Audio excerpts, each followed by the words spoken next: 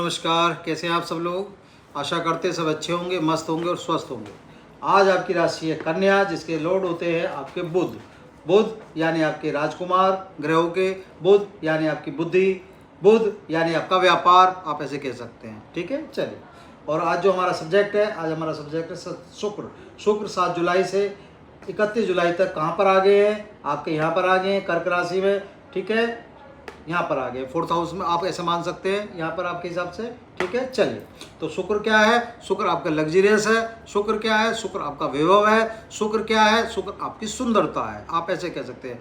और जितने भी भौतिक सुविधाएं हैं, जितने भी भौतिक सुख है, विलासताएं हैं, वो कब कहाँ से प्राप्त होती है? हमें शुक्र से प्राप्त होती है। ठीक है, चलिए बात कर लेते हैं आपके सेकंड हाउस की, क्योंकि पूरे हाउस की हम बताने की कोशिश करते हैं आपको। ठीक है, चलिए बात कर लेते हैं आपके सेकंड हाउस की। ये किसका हाउस है? ये भाव आपका होता है धन का और आपके कुटुंब का। और जो राशि यहाँ पर विराजमान है, यहाँ राशि विराजमान आपकी तुला राशि विराजमान है, जिसके स्वामी होते हैं शुक्र होते हैं, यानी इनकी स्वयं की राशि होगी शुक्र की। और दूसरी बात, शुक्र भी और आपके जो स्वामी है राशि के, ये भी बुध भी, ये सब आपस में मित्र हैं, आप ऐसे कह सकते हैं। और इस समय अभी बुध भी आपके यहाँ पर आए हुए हैं, और अभी आपके 19 जुलाई तक बुध भी आपके यहीं पर रहेंगे, आप ऐसे मान सकते हैं कर्क राशि में। और 16 जुलाई से आपके सूर्य भी आ जाएंगे आपके यहाँ पर। ठीक है, चलिए।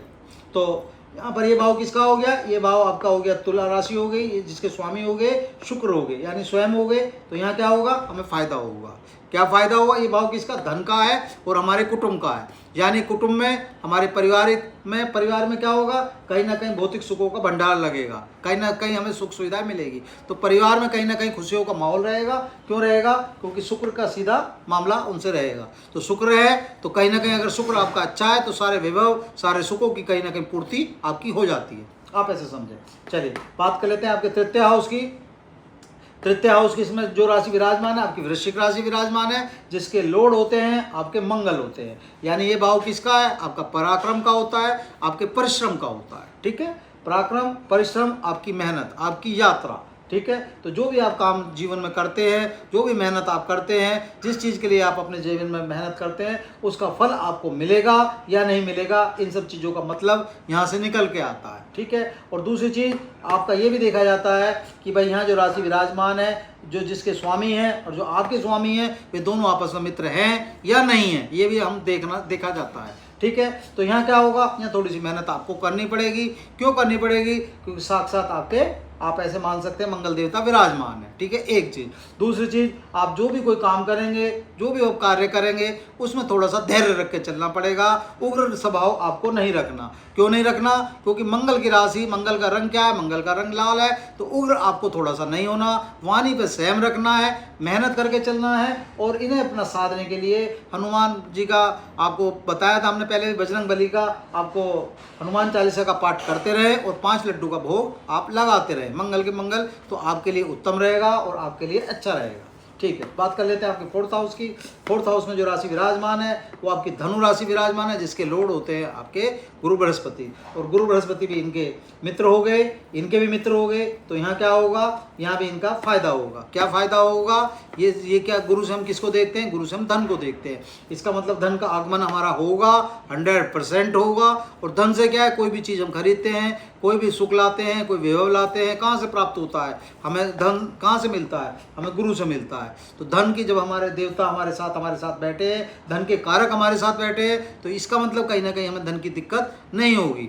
और इस समय अगर कोई अपना आप इन्वेस्टमेंट करना चाहते हैं तो आप वो भी कर सकते हैं, क्योंकि अभी गुरु भी आपके अभी पूरे 2025 तक हैं, आप ये मान के चलें। ठीक है ना, इनका भी फ़ायदा आप ले सकते हैं। हमने पहली वीडियो बनाई थी, उसमें भी आप देख सकते हैं, गुरु के बारे में बताया था। तो अभी आपके गुरु आपके 2025 तक रहेंगे, तो अभी कोई दिक्कत नहीं है, यहाँ भी इनका फ़ायदा ले सकते हैं। ठीक है, चलिए बात कर लेते हैं आपके पंचम हाउस की।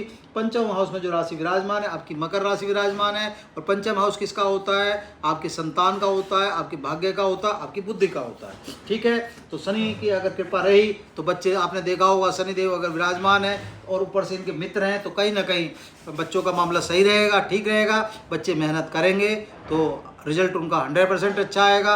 मेहनत करेंगे तो कहीं ना कहीं जीवन में तरक्की करेंगे।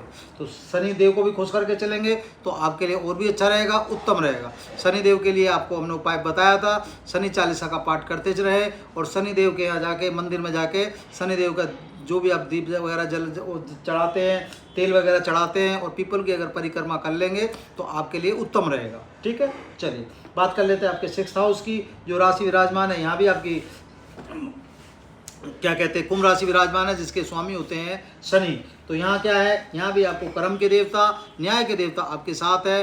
कर्म के देवता और न्याय के देवता अगर आपके साथ है तो जैसी आप मेहनत करेंगे वैसा फल आपको प्राप्त होगा। ठीक है, और ये भी इनके मित्र हो गए। तो कहीं ना कहीं अगर शनि की कृपा पूर्ण रूप से होती है तो आदमी, आपने देखा होगा, तरक्की पूर्ण रूप से कर लेता।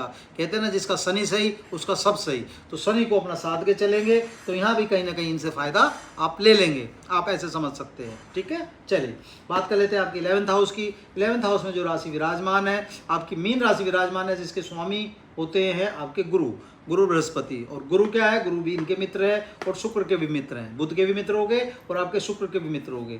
तो यहाँ क्या होगा, यहाँ ये होगा, ये आपका पत्नी का भाव है और ये आपके पार्टनरशिप का भाव है, और आपके क्या कहते हैं इस समय, ये आपका यात्राओं का भी भाव है, आप ऐसे लगा सकते हैं। ठीक है, तो यहाँ भी आपका फायदा कहीं ना कहीं होगा। फायदा इन द सेंस, आप अगर इस समय कोई व्यवसाय या रोजगार लगाने की अगर प्रयास करेंगे तो कहीं ना कहीं आपको सफलता मिलेगी, क्योंकि गुरु का हाथ यहाँ आपको मिल रहा है, गुरु का साथ आपको यहाँ मिल रहा है। और अगर गुरु बृहस्पति आपके साथ है तो कहीं ना कहीं आप अपने मनोरथों में, अपने जीवन में पूर्ति कर सकते हैं, आप ऐसे मान सकते हैं। ठीक है, चलिए बात कर लेते हैं आपके अष्टम भाव की। अष्टम भाव में जो राशि विराजमान है, आपकी अष्टम भाव में जो राशि विराजमान है वो मेष राशि विराजमान है, जिसके स्वामी होते हैं मंगल। मंगल को हमने आपको पहले ही बताया, मंगल को खुश करके चलें। ठीक है, 5 लड्डू का भोग हनुमान जी को लगाते रहे और हनुमान बजरंगबली का हनुमान चालीसा का पाठ करते रहे तो आपके लिए अच्छा होगा। ये भाव किसका होता है, ये आपकी आयु का भाव होता है। तो हनुमान जी सही रहेंगे तो आपने देखा होगा शरीर आपका हष्टपुष्ट रहेगा, बलपूर्वक रहेगा, हर तरीके से सही रहेगा। तो हनुमान जी को थोड़ा सा खुश करके चले, आपके लिए अच्छा रहेगा, आप ऐसे समझें। ठीक है, चलिए बात कर लेते हैं आपके 9th हाउस की। 9th हाउस में जो राशि विराजमान है, वृषभ राशि विराजमान है, जिसके स्वामी होते हैं शुक्र। ठीक है, तो यहाँ भी आपके लिए सही है, पैसे का कहीं दिक्कत नहीं है, भाग्य भी कहीं ना कहीं उज्ज्वल है, और शुक्र साथ साथ उनकी अपना राशि भी आ रही है, तो यहाँ भी आपके लिए सही रहेगा, कोई दिक्कत नहीं है आपके लिए, आपके हिसाब से उत्तम रहेगा। ठीक है, कोशिश हो सके तो भैया कोशिश करें, गरीब को अन्न खिलाने का काम करें, और धर्म के नाम पर कहीं भी अगर बढ़ चढ़ के हिस्सा ले सकते हैं तो आपके लिए अच्छा होगा और आपके लिए उत्तम रहेगा। क्योंकि 2 पैसे भी अगर आप 4 पैसे कमाते हैं तो 1 रुपया अपना लगाने की सोचें धर्म के नाम पर, आप धर्म के हिसाब से भी अच्छा रहेगा और आपके हिसाब से भी अच्छा रहेगा। ठीक है, चलिए बात कर लेते हैं आपके 10th हाउस की। जो राशि विराजमान है, आपकी राशि विराजमान आपकी यहाँ है, आपकी क्या कहते हैं, मिथुन राशि विराजमान है, जिसके स्वामी होते हैं बुध। यानी जो आपके लॉर्ड हैं वही यहाँ पर विराजमान है, और इस समय बुध की आपकी दशा भी चल रही है, अभी हमने बताया।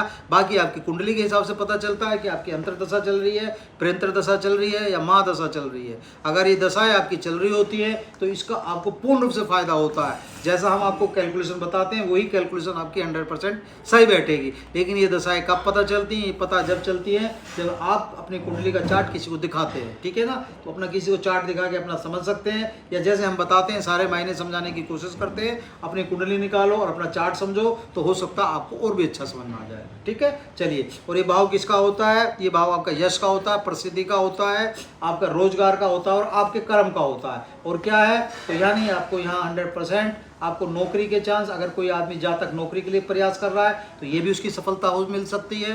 रोजगार लगाना चाहता है वो भी सफलता मिल सकती है। क्यों मिल सकती है, क्योंकि साक्षात बुध की हो गई और आपके स्वामी भी आपके बुध हैं और शुक्र साक्षात आपके इस समय विराजमान है। तो ऐसा आप समझ सकते हैं, यहाँ इनका आप फायदा ले सकते हैं। तो अगर ये फायदा ले लेंगे तो कहीं ना कहीं आपके हितों में होगा और आपके लिए अच्छा होगा। चलिए बात कर लेते हैं आपके 11th हाउस की, जहाँ पर ये स्वयं विराजमान है। और ये भाव किसका होता है, लाभ का, इच्छा का और आय का। ठीक है, और शुक्र जब जहाँ ऐसी जगह विराजमान है जहाँ हमारी इच्छाओं की पूर्ति होती है, जहाँ हमारी कामनाओं की पूर्ति होती है, तो इसका मतलब क्या होगा, वो आपकी जो भी मन में इच्छाएं हैं, जो भी आपके गोल हैं, उन गोल को पूरा करने का काम शुक्र करेंगे। शुक्र को खुश करने के लिए इत्र का प्रयोग करते रहे। अगर इत्र अपना लगाते रहेंगे, देवी देवताओं के ऊपर भी लगाते रहेंगे, तो आपको इसका पूर्ण रूप से फायदा मिलेगा। इस बात के हम लिख के आपको गारंटी दे सकते हैं। ठीक है, आप अपनी इच्छाओं की पूर्ति 100% यहाँ से कर सकते हैं, आप ऐसे मान सकते हैं। ठीक है, चलिए बात कर लेते हैं आपके 12th हाउस की। 12th हाउस में जो राशि विराजमान है वो राशि विराजमान आपकी सिंह है, जिसके लॉर्ड होते हैं सूर्य।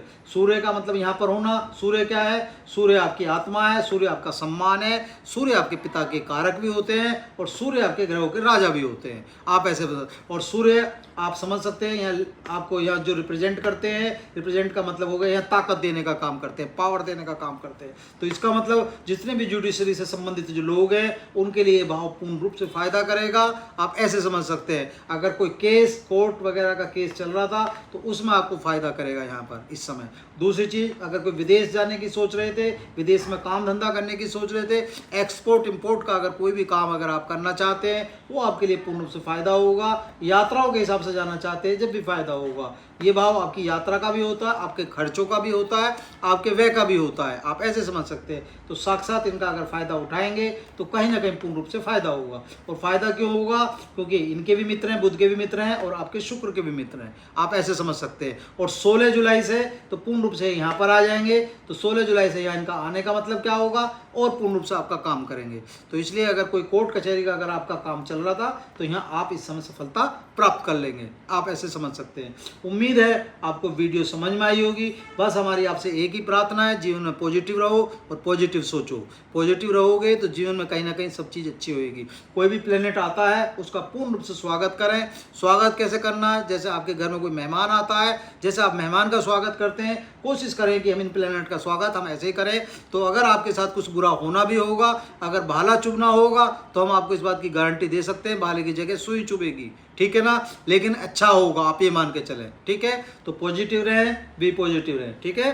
उम्मीद है वीडियो आपको अच्छी लगी होगी। अच्छी लगी तो लाइक करें, शेयर करें। धन्यवाद।